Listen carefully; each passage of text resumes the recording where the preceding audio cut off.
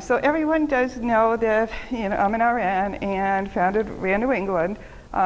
Maybe not everyone here knows that I'm also a patient, and I don't talk about that very often. We all have our own ways of dealing with things. Mine is denial. I like denial, but I'm going to give you this next few minutes because what I have done here is based off of my own experiences, things putting together, things that have happened to me, and how can I share that with other people. So, can I ask, in the audience here, I want to see if I'm the crazy one. Does anyone else think, at least one split second of every day, with symptoms that, gee, maybe today's the day I'm going to end up in the ER? Or am I the only one? Yeah. Does anyone else think, like every day have a split second, maybe today's the day I'm going to end up in the emergency room? That maybe something, an emergency is going to happen. All right. Does anyone here feel secure about that? Knowing that if you end up in the emergency room, you're going to get the care that you need? We know that's not normal. In the normal world, people do not wake up in the morning and think about today's the day that we could end up in the ER.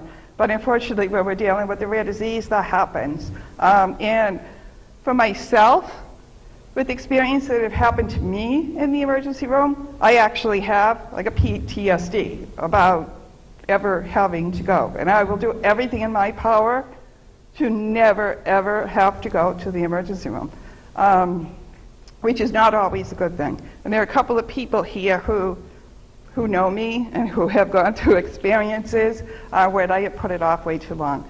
So I have put this together preparing for emergency, because what I've found is if we could find more control, then we can get rid of some of the anxiety about ending up in the emergency room.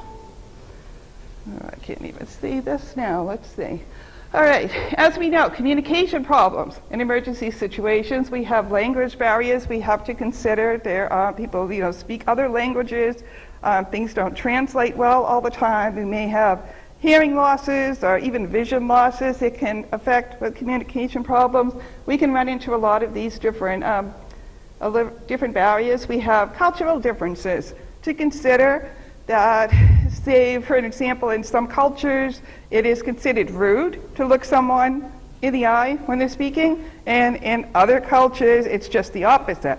If someone doesn't look at us in the eyes, we think that they're not listening to us. We have many people involved that may generate miscommunication. I think back to the childhood game, telephone, if you remember that, like sitting around in a circle with all these people, you start out with one sentence, and then everybody whispers it in the ear as you go around, and you see what happens when you get to the end. Sometimes that can happen when you are in an emergency situation, even speaking with a family member that goes to the paramedic, that goes to the ER docs, and then goes further. So we have to consider these things. And of course, all of this can lead to delayed medical care, misdiagnoses, which of course bring in incorrect treatments. And we can also, that can also lead to false child abuse allegations. Common thoughts and questions of someone with a rare disease who needs to go to the ER.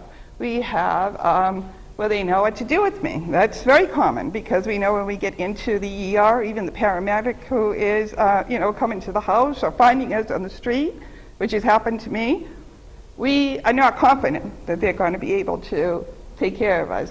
Well, they listen to me, and I know someone in one of the presentations this morning has said these same words. We're not sure that what we're trying to say, that they're actually going to be hearing what we're saying. And this I have heard from other people, and I have actually said this myself to people who are with me in the ER. Please don't let them kill me off. It's a real fear. You don't have to hold it. There we go. People who we would be encountering in an emergency situation. Of course, all of these are physicians, medical staff, emergency personnel, school personnel, work colleagues, friends and neighbors, family members, just about anyone in an emergency situation. Why does that keep happening? You got to press the forward button at the I back. thought I was.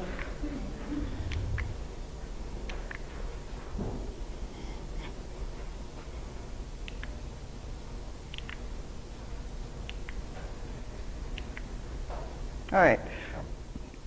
Common feelings that we can feel going into the emergency room, of course. I don't think I need to read them off, but, you know, definitely very distrusting and very frightened. And sick. Have to keep that in mind. We are sick or our child is sick, and that brings some feelings on its own, which all of this added up. I can't work the machine.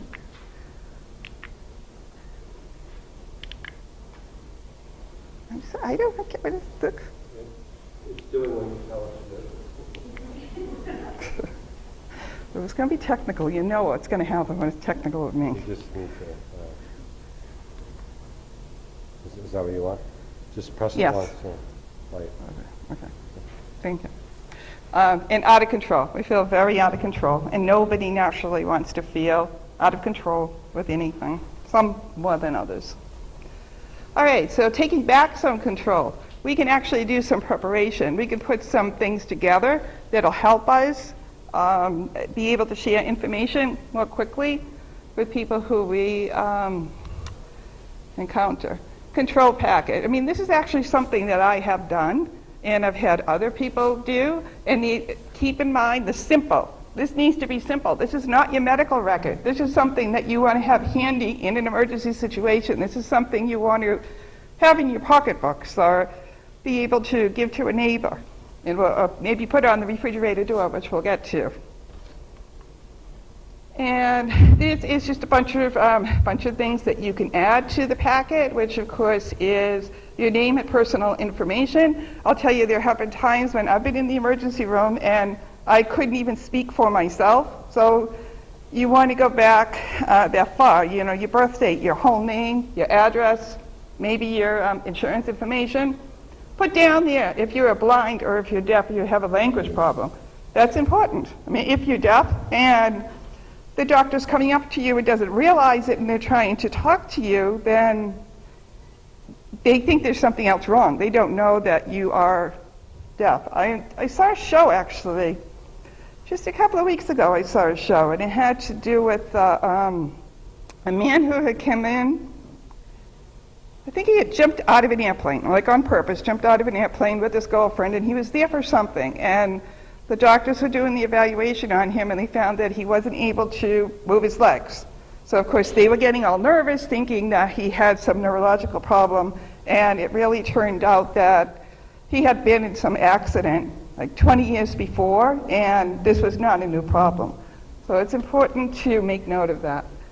Of course, your medication list, and list why, because some medications are used for several different things. So it's important for the doctors to know why you're on that particular medication. Allergy list, which we all know. The health history, keeping it simple.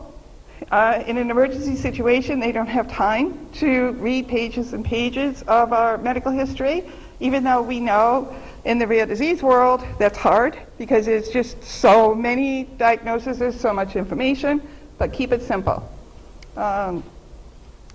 Physician list, starting with your most important specialist, someone that you do want the ER staff to notify. ER protocol, if you have one. Does everyone here know what an ER protocol is? No? Okay.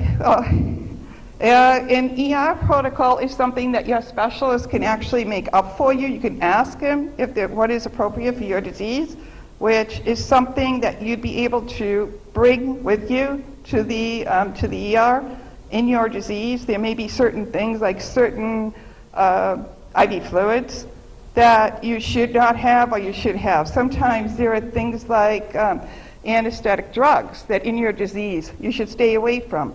There are things like that. Talk to your specialist and see if he can make up something like this. And that's the same with the procedure protocol, because if you need surgery, it would be important to know, say, if the anesthetics would be bad for you. Special personal considerations. don't make a big long list. Make, a couple of things that are important to you. And an example for me is that I can get really cold. And if I get cold, I have to be careful because my temp can drop really low. They don't understand that. So you want to have in this packet what can happen to you. One of the things that I go through, like in the ER, I don't know what it is about doctors. They come in to do the evaluation of the pedal pulses and they lift the blanket up, they walk away, I never put it back. I don't know what that's about, but then you do end up getting cold. And the situations I had, I actually wasn't even able to sit up and put the blanket back. So that made it tough. So sometimes you write these down, and I'll get into more what you can do with it in a bit. I'm not going to get into these forms, but these are forms that you need to be considering. Even if it's a child, you want this to be both for adult and child. I know it's very difficult if you have a child with a rare disease to think about that the worst can happen, but if you prepare ahead of time, it's going to make a big difference later on. We can get you more information about this if you have any questions about any of these forms. Well, of course, what did you do with all that information? Now, you're going to make several copies of each document. And you're going to place several copies in bright envelopes, not those plain white envelopes that can get mixed in with everything else in your pile of papers on your desk or the people that you're going to give it to. Share. This is an important point. You want to share. You don't want to just have that in your purse, because if something happens, they're not going to know to look for it. You want to give these copies to, of course, the list here, husband, wife, partner, adult children, their spouses can have a copy. If you have a close friend, you have a neighbor nearby, if you were able to call the paramedics, say, and the paramedics went to the house, and your neighbor sees the paramedics out front, she'll know where these copies are, and she'll be able to send that information better. Of course, your child's teacher, co-workers, and keep the information in an accessible place. I have a healthcare proxy, and I made one packet up, and I gave it to my healthcare proxy. Something happened to me, I ended up in the ER. She was at work. My forms were at home under her bed, a half an hour away.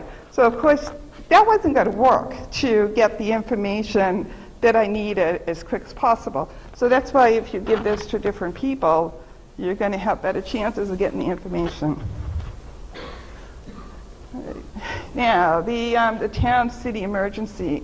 Does everyone know here that you can go to your local fire department and you can have them scan in information ahead of time? Okay. So those that don't know that, I would suggest you do go down there. They will scan in information, so they'll have your health information ready. They'll have, if you get a protocol letter, they'll actually scan that in.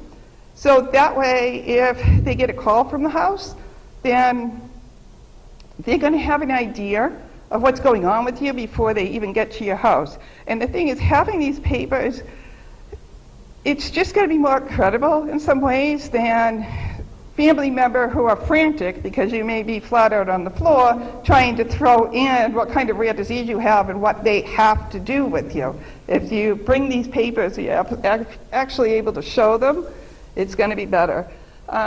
You can also notify your police department and see if they have something in their town, and speak with the town nurse.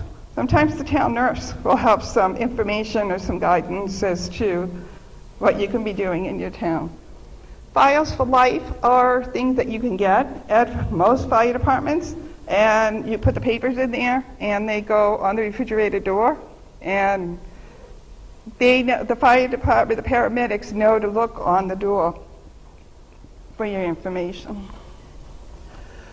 All right, well, tips, of course, consult with local emergency service.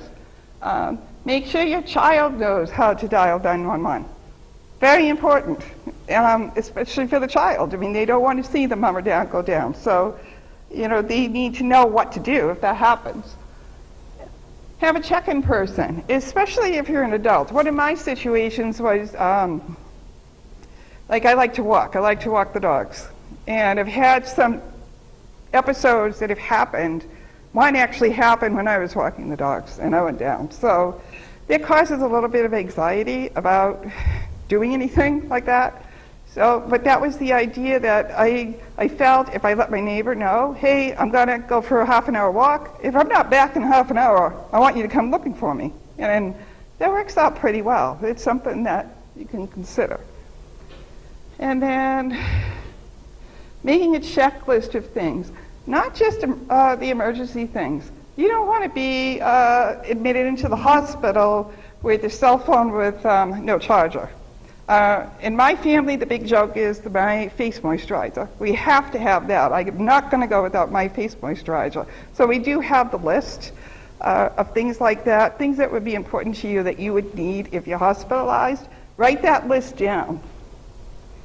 Invest in a medical alert bracelet. And I'm hoping that some of this information will be helpful for you to help you feel more in control and not have the kind of anxiety I have about visiting an emergency room. Can I help you? Yeah. Is there a way, like I have a medical alert bracelet, but there have been times in which like they've not looked at them. You've had times they I have didn't look times- at them? Yeah, like I have a medical alert bracelet, but there's times they don't even look at them. And they've been in like visible places, like I've had a necklace one, I've had one on my wrist, and even when I can't necessarily speak, I'll like try to move my arm so they can see and they don't look at them. You know, it's sad because I've heard some stories like that before. I don't know what the answers are. I would love to be able to get into the ERs. It's one thing I've thought of to see what I've done it in the past, trying to get information from the ERs as to what they accept, because some ERs accept like the bracelets, some accept the like the USB sticks, some don't. It makes it hard because it's not all around one thing, and I think we do need to work on that. Patient liaison can find out at the hospital. Yeah. Okay. So I have a suggestion for that is that I've actually met with my local fire departments, and not just one because they're different areas for school and whatnot in the community. So I've actually met with them. They were actually shocked that these, it's a medical alert bracelet that looks more like a rubber bracelet. And they were really surprised and so happy that I actually presented that information to them so that they're going to be more alert about those things, and police departments as well, because they're just not aware. So just making them aware is going to help. Yeah, in New Haven, the library, but the state police were involved, New Haven police were involved. But you're just going to make them more aware. Right, So. well, that's been done. Their policy, they said, was that if the person is not unconscious, that they don't look for Want it. to say something? Yeah. Okay. All right, I'm Yeah, sort of please do. self-promoting here, I'm sorry. I work for Thriver Rights and we provide home nutrition support, so most of you may not even need our services, hopefully, but we do these strap wraps, so it just made me think about this when you were talking, because we ask for your medical information and then we put it on a sheet and put it inside these wraps, and you can put it on your purse or your seatbelt in the car. We give them away for free, so if any of you are interested, I'm happy to provide them. I'm not going to be here for the whole day, but I'll leave, there's some information on Thrive over on the table, and I'll leave my business card. You can call if you're interested in these. But I didn't even think about it, but when you said it, I thought you guys could probably use these, so let me know. Okay, thank you. We'll do quick, I think. Let's do quick. Yeah, I was just thinking about the issue that you raised, and I'm really surprised if emergency responders don't have a practice of looking at these. And I'm thinking, you know, even in local papers, that's the kind of thing that might be an interesting human interest story that could put some media pressure back on the local emergency responders. Because obviously, if somebody's taking the effort to do a medical alert bracelet or necklace or whatever, there's a reason for that. You shouldn't have to be waving it in their face to get them to pay attention to you. Right. Sometimes volunteer emergency responders, and that might be why that may happen too. Sometimes it depends if you're a rural area. I know that, but I think it makes it harder. So I think it's a good idea to make it more aware. So when I in New Hampshire, she maybe passed legislation that had a code on a voluntary code of the driver's license, that just like they do with vets and anyone with PTSD, you can now have